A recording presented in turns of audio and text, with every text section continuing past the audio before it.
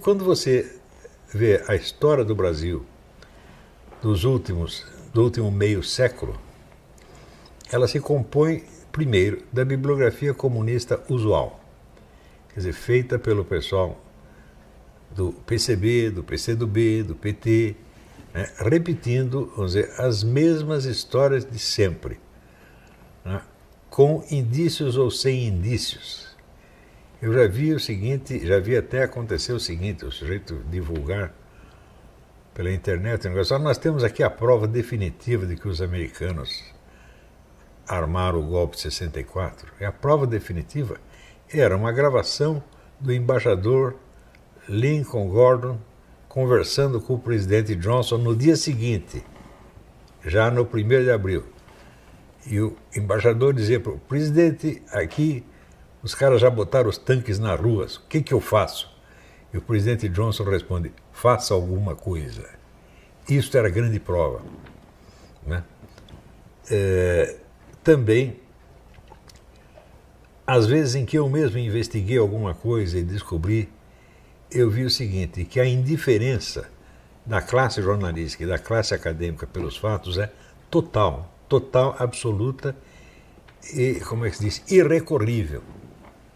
Por exemplo, às vezes em que os 3 artigos que eu escrevi na época contando do ex-agente da KGB no Brasil, Ladislau Bittman. Não era bem da KGB, ele era da Serviço Secreto Tcheco, porque a União Soviética não atuava diretamente nos países do Terceiro Mundo, mas usava o serviço dos países satélites. Então, por exemplo, no Oriente Médio era o pessoal da Romênia, né? Inclusive o Ion Mihai Pacepa trabalhou muito com isso, né? E no Brasil, na América Latina, especialmente no Brasil, era a Tchecoslováquia, que tinha, evidentemente, um serviço de inteligência de primeiríssima ordem, e o chefe era o Ladislau Bittman. E ele conta que essa história da intervenção americana no golpe de 64 foi ele que inventou. Ele disse, nós inventamos isto, não fui eu pessoalmente, foi a minha equipe. Minha equipe inventou essa história. E como nós não tínhamos nenhum... Nós, na época, veja, presta atenção, não conhecíamos nenhum agente da CIA lotado no Brasil. A KGB não sabia de nenhum agente da CIA lotado no Brasil na época. Então, nós falsificamos um documento do FBI, do diretor do FBI, J. Edgar Hoover, cumprimentando o seu agente no Brasil pelo sucesso da operação. Pelo contexto, a operação só podia ser o golpe. Só que, e daí nós espalhamos isso para a mídia inteira, todo mundo acreditou, todo mundo repetiu, e continuam repetindo até hoje. Só que deu o seguinte, o FBI não pode atuar no exterior. Quem atua no exterior é a CIA. De maneira que você não tinha nenhum agente da CIA, a CIA não estava fazendo nada. E os americanos não estavam fazendo coisíssima nenhuma. Também, você veja,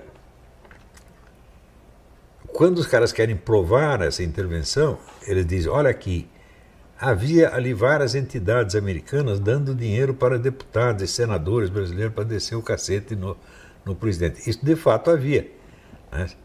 Quer dizer, era dinheiro de entidades civis americanas que financiavam o combate parlamentar contra o presidente. O que é que o combate parlamentar tem a ver com golpe de Estado? Você vai ver a lista dos deputados que falaram mal do João Goulart? Nenhum deles pertencia ao grupo revolucionário. São 2 operações completamente distintas. Quer dizer, você combate o cara no meio parlamentar, o que é perfeitamente ilícito, e você recebia dinheiro da KGB, por que não pode receber também da CIA? Tá certo? Então, era apenas, vamos dizer, algumas consciências compradas, tá certo? De um lado e do outro, mas isso não tem nada a ver com o golpe aparece depois, né? Mas, veja, a imensidão da bibliografia comunista tem a vantagem de que ela é concordante, então ela dá uma impressão de consenso. E do outro lado, o que você tem? Você tem ou trabalhos puramente amadorísticos, feitos, por exemplo, por jornalistas, ou livros de memória escritos por militares, livros polêmicos, ou seja, não são livros de historiadores. Do lado da comunistas são historiadores profissionais, embora, insisto eu, não tenham formação de historiadores profissionais. Asseguro isto para vocês. O pessoal que sai das universidades brasileiras com título de historiador não conhece nada da história da sua própria ciência. Eles desconhecem todos os historiadores principais e leem só porcaria tipo Hobsbawm. É assim mesmo, não estou exagerando. Isso eu digo e eu provo. Quer dizer, eu tenho material suficiente para provar isso, né? Claro que para botar a ordem nisso e publicar, eu precisaria de uma ajuda e precisaria de um tempo. Então não está fácil fazer, né? Então, diante desta situação, eu pergunto, mas que debate sério sobre qualquer assunto político pode haver no Brasil? Nenhum. Ninguém sabe nada. E tudo gira na esfera das histórias da carochinha, para um lado e para o outro. Quantas vezes nós não ouvimos dizer, né, que o golpe de 64 foi um golpe violentíssimo, né? Você vê, o Nelson Werneck Sodré, historiador comunista, que era general, aliás, escreveu um livro chamado A Fúria de Caliban, né? Caliban é o personagem do Shakespeare, que é o contrário do Ariel. Ariel é o espírito aéreo e tal, e Caliban é o grosseirão, né? Então, a Fúria de Caliban descreve a perseguição dos militares aos intelectuais, né? E daí está o homem lá contando os horrores da perseguição aos intelectuais e no meio ele dá com a língua nos dentes e confessa o seguinte: naquele ano eu fui eleito para a Academia Brasileira de História Militar, recebi o prêmio tal, né, fui aplaudido, fui na sessão da minha nomeação, estava lá o presidente Castelo Branco, falei, mas isso foi a perseguição que tu sofreu? Você é o principal historiador comunista do país. Foi esta perseguição? Quer dizer, ele é a prova viva do contrário do que ele está falando. Então, isso aí já não é mais nem paralaxe cognitiva. Isso é psicose total. Não houve ninguém que fizesse essa observação.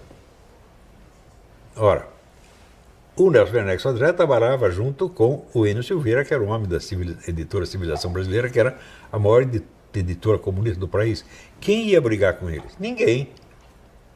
Você vê, o Enio Silveira, de vez em quando, ele era preso, ficava 2 dias na cadeia, saía dali, ia para Brasília pedir dinheiro para o general Golbery, o general Golbery dava dinheiro. Umas semanas de morrer, o Enio Silveira confessou: a minha editora sobreviveu durante esses 20 anos com o dinheiro do governo militar.